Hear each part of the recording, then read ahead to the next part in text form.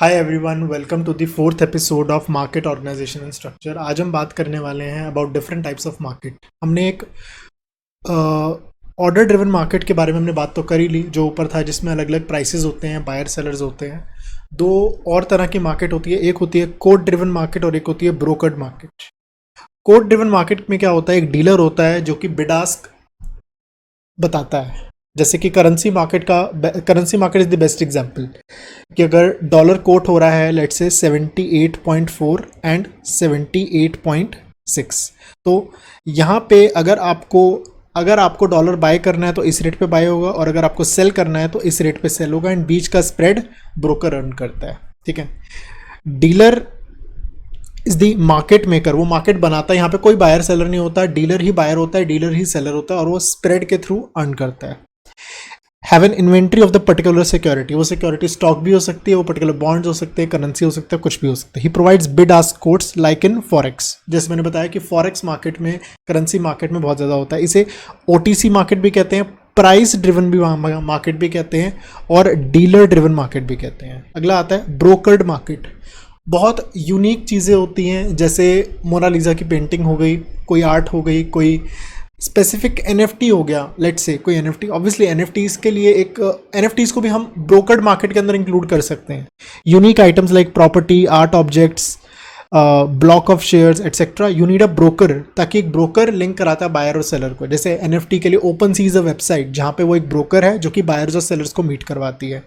Order driven market, जो हमने अभी स्टडी की है लास्ट सेशन में। मार्केट इंफॉर्मेशन सिस्टम, देखो जो भी इंफॉर्मेशन होती है बहुत ज़्यादा ट्रांसपेरेंट होनी चाहिए या ट्रांसलूसेंट होनी चाहिए, डिपेंड्स। डीलर चाहता है कि मार्केट ओपेक हो, वो चाहता है कि बाय सेल का स्प्रेड ज़्यादा से ज़्यादा रखे ताकि वो बहुत ज़्यादा अर्न करे। और मैनेजर्स प्रेफर करते हैं कि ट्रांसपेरेंसी हो, ताकि लिक्विडिटी रहे, ताकि बेटर रेट्स रहे, मार्केट एफिशिएंट रहे, ताकि बेटर रेट्स पे आप एग्जीक्यूट कर पाएँ, आपकी कॉस्ट कम से कम लगे।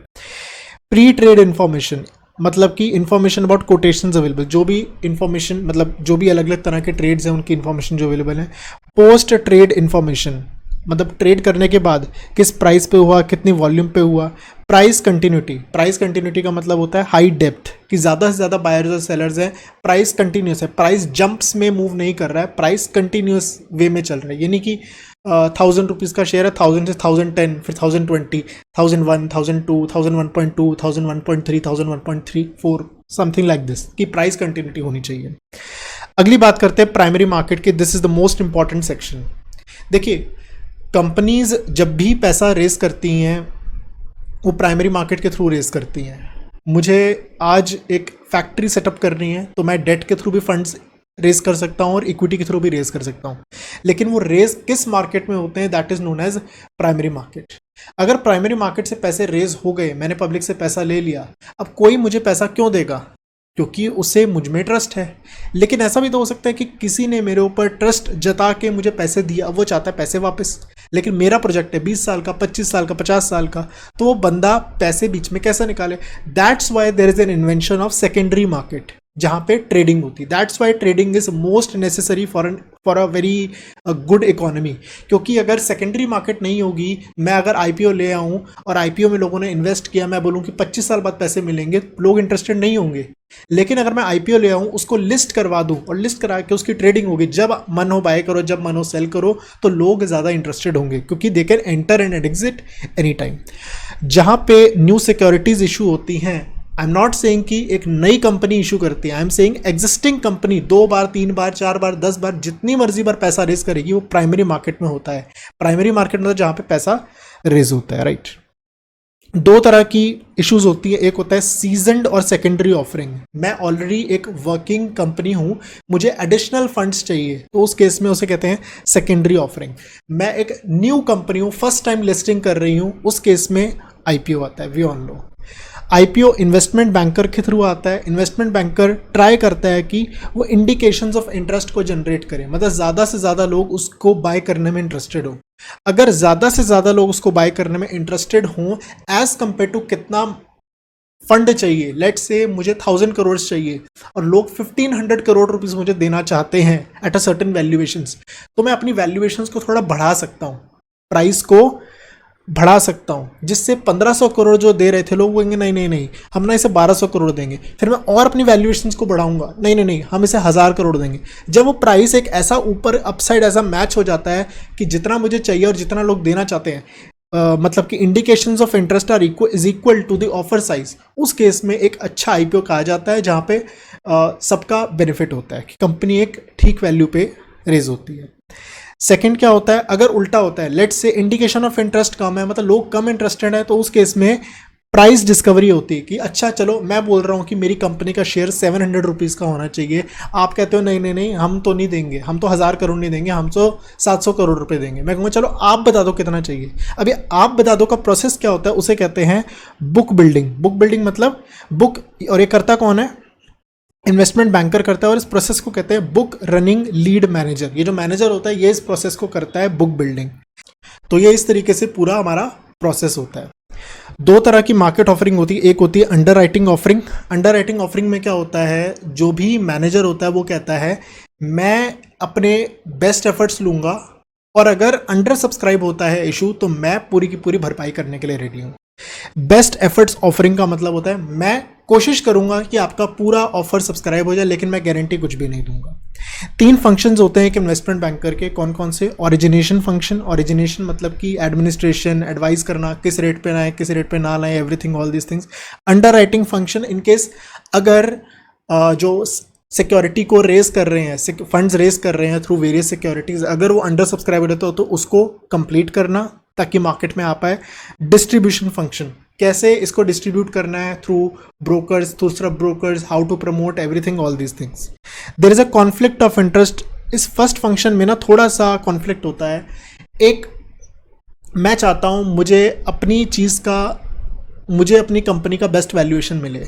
बेस्ट वैल्यूएशन मतलब ज़्यादा प्राइस, लेकिन अगर ज़्यादा प्राइस होगा तो उस केस में मेरा जो इशू होगा वो अंडर सब्सक्राइब हो सकता है। तो अंडर सब्सक्राइब होने में दिक्कत किसको होगी, इन्वेस्टमेंट बैंकर को।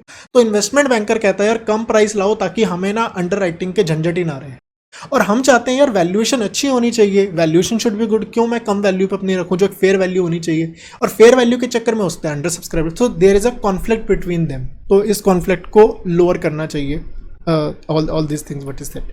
Apart from public offerings, some companies can opt for private placement. Private placement का मतलब ये होता है कि मैं पब्लिक से पैसा नहीं मांग रहा, मैं कुछ सोफिस्टिकेटेड लोगों से मिलता हूँ और बोलता हूँ कि आपसे 100 करोड़ 200 करोड़ 300 करोड़ आप मुझे दे दीजिए, और मैं कंपनी में यहाँ इन सब चीज़ों के लिए मैं इन्वेस्ट करने वाला हूँ, तो आप मुझे फंड्स दे दीजिए। तो इसमें क्या होता है, ये जनरली प्राइस कम होता है आईपीओ से। क्यों? क्योंकि आईपीओ में इतने एक्सपेंसेस होते हैं, investment banker, auditor, all CAs, lawyers, CFAs, everything is required. तो उस केस में इसमें बहुत एक्सपेंस हो जाता है। प्राइवेट प्लेसमेंट में क्या है, मैंने आपसे बात कर लिया, आप मुझे 100 करोड़ दे दो, बात हो गई खत्म। तो इसमें ज़्यादा एक्सपेंसेस नहीं होते, इसलिए वो नेगोशिएट करता है सामने वाली पार्टी।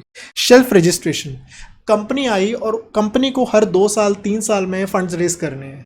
तो 2 साल, मान लीजिए आज फंड रेज कर रही है, आज पूरा आईपीओ पूरा राइट किया, सेबी से परमिशन ली कि हाँ मैं ऐसा चाहिए, सेबी से परमिशन आई, फिर जाके फंड्स रेज किया, 2 साल बाद फिर प्रोसेस, 2 साल बाद फिर process.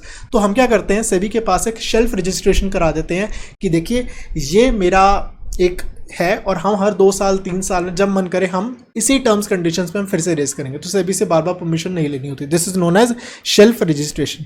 Dividend reinvestment plan. Dividend reinvestment plan में क्या होता है, इसमें हम शेयर होल्डर्स से पूछते हैं not to take dividend but to reinvest dividend into the additional shares of the company. कि आप डिविडेंड मत लो, हम डिविडेंड की जगह हम आपको एडिशनल कंपनी के शेयर्स दे देते हैं, आप शेयर होल्डर और बन जाओ, कंपनी के अंदर फंड्स रहने दो। राइट ऑफरिंग, एग्जिस्टिंग कंपनी के जो शेयर होल्डर्स होते हैं उनको एक ऑफर देते हैं कि आप हमारी कंपनी के एक काम करो, जब हमारी कंपनी बनी थी तब हम पे कोई विश्वास नहीं करता था, लेकिन आपने हमारे ऊपर विश्वास किया, तो आपको कुछ ना कुछ तो बेनिफिट देना चाहिए before asking to other people.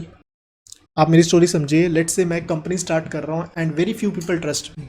उनके ट्रस्ट की वजह से मेरी आज कंपनी यहाँ से यहाँ बन गई। अब इतनी कंपनी बन गई, अब मुझे पैसे की जरूरत है, क्या मैं पुराने लोगों को भूल के अब नए लोगों से पैसा मांगू? No, that's not right. So company comes up, और कंपनीज एक्ट में ऐसा रूल है कि अगर कंपनी को नया इशू लाना है तो पहले वो पुराने एग्जिस्टिंग शेयर होल्डर से पूछ सकती है कि आपको क्या आपको हम नया इशू कर रहे हैं, क्या क्योंकि आपका जो ओनरशिप है वो थोड़ी डाइल्यूट हो जाएगी, उस केस में आपको हम राइट देते हैं कि आप कंपनी के shares less than market price पे आप बाय कर सकते हैं। तो if you accept, you can accept this thing, this is known as rights offering.